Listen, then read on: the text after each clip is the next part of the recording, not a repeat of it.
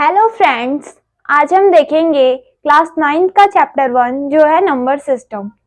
तो पहले हम इसमें समझेंगे नंबर सिस्टम में क्या क्या चीजें आती हैं। तो क्लास 9 के बुक में ज्यादा कुछ नहीं दिया हुआ है, सिर्फ ये दिया हुआ है कि रेशनल नंबर को नंबर लाइन पे कैसे रिप्रेजेंट करते हैं और डेसिमल मतलब कि रेशनल नंबर को भी कैसे नंबर लाइन पे रिप्रेजेंट करते हैं। लेकिन मैं आपको पहले थोड़ा सा ब्रीफिंग में बता देती हूँ कि natural number, whole number, rational number ये सारी चीजें हैं क्या, इंटीजर्स क्या है। तो पहला है नेचुरल नंबर, ठीक है, जो कि आपने 8th 7th में भी पढ़ा होगा बहुत डिटेल में। लेकिन मैं आपको ब्रीफ में बताऊंगी नेचुरल नंबर क्या होता है। देखो, natural number, all the counting numbers, all the counting numbers, what, counting numbers,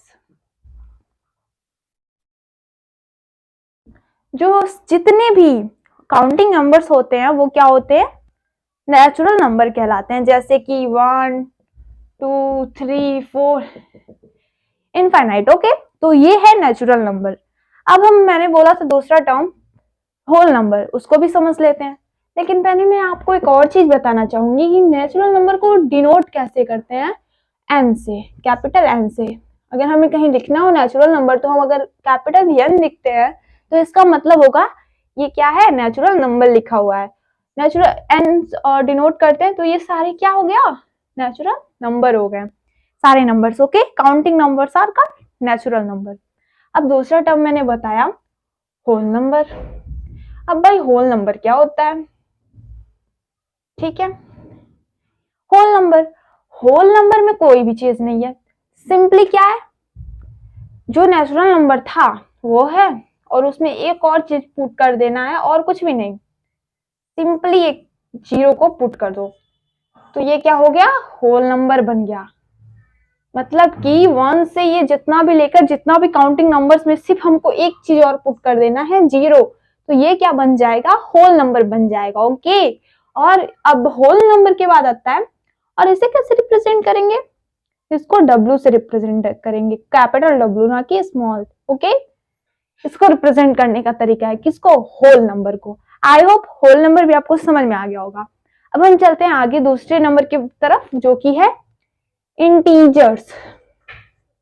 okay, integers, integers, integers क्या होता है आपको पता है, जितने भी होल नंबर, नेचुरल नंबर को पुट करो, होल नंबर को पुट करो।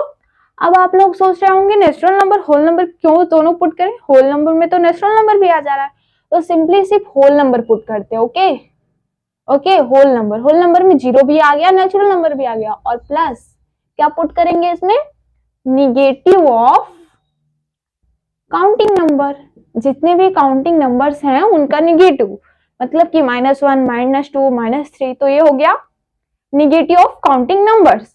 तो उसमें जीरो ऐड कर दो और 1 2 3 4 ये भी मतलब कि नेचुरल नंबर भी ऐड कर दो तो वो बनता है इंटीजर। तो इसमें क्या क्या एग्जांपल आ जाएगा, -1 -2 -3 -4 एक्सेट्रा, जीरो भी आएगा और क्या नेचुरल नंबर्स भी आ जाएंगे जो कि हैं 1 2 3 4 5 जितना भी, ठीक है, इंडेफिनाइट। ओके, आई होप आपको ये सारी चीजें समझ में आई हो।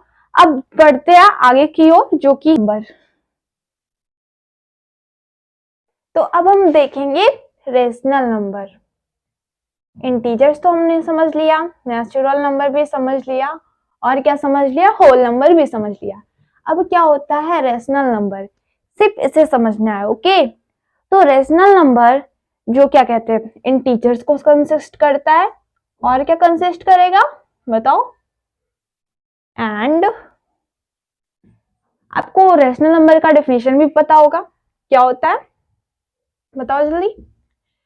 देखो इंटीजर्स, और इसमें क्या ऐड करेंगे हम रेशनल नंबर में, फ्रैक्शन, इसमें फ्रैक्शन भी आ जाएगा। आपको पता है क्यों, जैसे कि इंटीजर में क्या आया, -1 -2 और 0 -1 -2 जितना भी लेते चलो, और 1 2 3 ये सारे एग्जांपल किसके हैं, फिर मैंने आपको बताया इंटीजर को, और इंटीजर को किससे डिनोट करते थे ये आपको मैंने नहीं बताया था, नो प्रॉब्लम, जेड से। ये है जेड से डिनोट करते हैं किसको, इंटीजर्स को। अब बताते हैं रेशनल नंबर। ओके, और फ्रैक्शन क्या हो गया, कोई भी 2/3 एंड कुछ भी 5/4। अगर हम जहां अपॉन लगा देते हैं ये क्या बन गया, फ्रैक्शन, तो आपको पता ही होगा। तो ये क्या हो जाएगा, ये दोनों मिलके बन जाएगा रेशनल नंबर। ओके, तो ये हो गया रेशनल नंबर। रेशनल नंबर में हम कैसे लिखते हैं, P/Q के फॉर्म में लिखते हैं, और Q कभी भी 0 के बराबर नहीं होना चाहिए। समझ में आया?